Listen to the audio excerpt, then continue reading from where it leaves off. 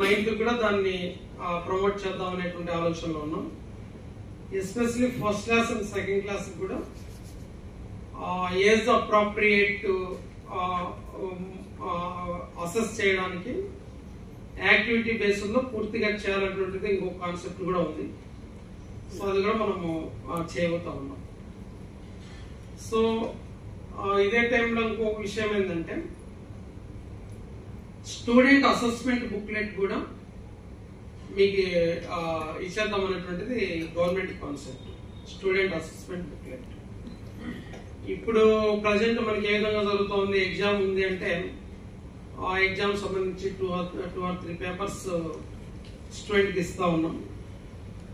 Student అట్లా కాకుండా మనం ఒక బుక్లెట్ మొత్తం ఫార్మేటివ్ 4 సమ్మేటివ్ 2 మొత్తం అంతా కూడా సబ్జెక్ట్ వైజ్, ఎందుకంటే మరి మొత్తం అన్ని కూడా మనం కలిపి ఇచ్చేస్తే టీచర్స్ కు ఎవాల్యుయేషన్ చేయడానికి problem. So that's why subject wise 4 formative 2 summative ఒక ప్యాడ్ మాదిరి ఇచ్చేసి దాన్ని అన్ని కూడా ఏ అసెస్మెంట్ అయిపోతేనే అసెస్మెంట్ క్లిప్ పెట్టేసుకొని పెట్టుకునేటట్టు.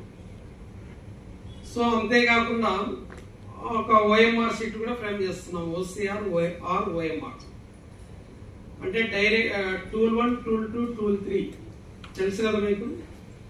అన్ని కూడా మీకు ఇప్పుడు గతంలో 10 మార్క్స్ ఉండేది, 5 మార్క్స్ రెడ్యూస్ చేశారు. ప్రాజెక్ట్ వర్క్ కావచ్చు, క్లాస్ రూమ్ ట్రాన్సాక్షన్ కావచ్చు, student response, homework, something. So అట్లా మీకు టూల్స్ ఉన్నాయి, టూల్ 1 టూల్ 2 టూల్ 3.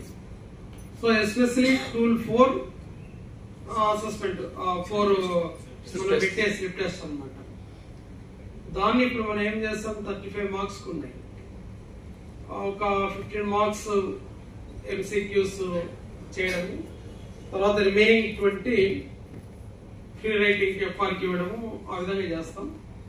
అయితే ఇందులో ఆ OMR OCR లో టోటల్ టూల్ 1 టూల్ 2 టూల్ 3 అన్నటువంటిది ఆల్రెడీ మెజర్ చేసి టీచర్ మార్క్స్ వేసి పెట్టేస్తారు.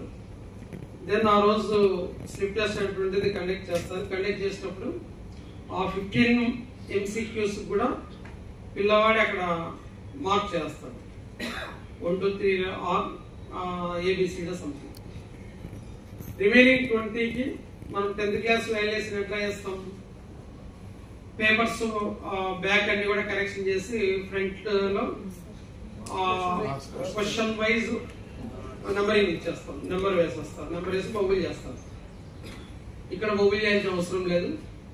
సపోజ్ 15 కు పిల్లవాడు ఆల్రెడీ మెన్షన్ చేశాడు కాబట్టి దెన్ 16th క్వశ్చన్ ఏదైతే ఉందో అది 2 మార్క్స్.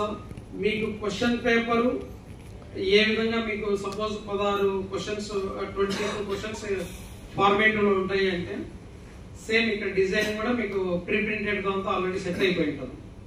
అలానే 16వ క్వశ్చన్ 2 మార్కులకు గ్యాప్ ఎంత ఉండాలి, 17th or 18th క్వశ్చన్ ఫలాని 4 మార్క్స్ గ్యాప్ ఎంత ఉండాలి, చివరి క్వశ్చన్ 8 మార్క్స్ అనుకుందాం సపోజ్, గ్యాప్ ఎంత ఉండాలి.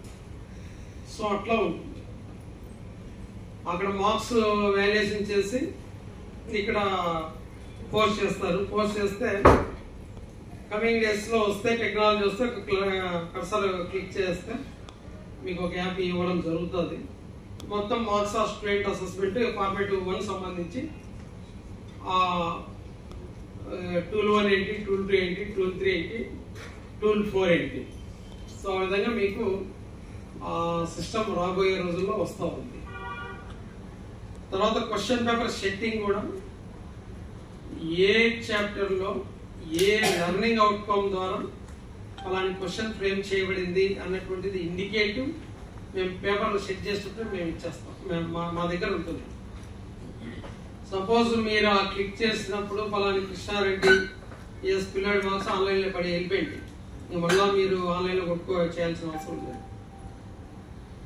అక్కడ అనాలిసిస్ చేసుకోవచ్చు, మీరు కూడా అనాలిసిస్ చేసుకోవచ్చు. మన దగ్గర 40 మంది స్టూడెంట్స్ ఉన్నారంటే 40 స్టూడెంట్స్ కూడా ఏ చాప్టర్లో ఏ లెర్నింగ్ అవుట్కమ్లో వెనకబడి ఉన్నారు.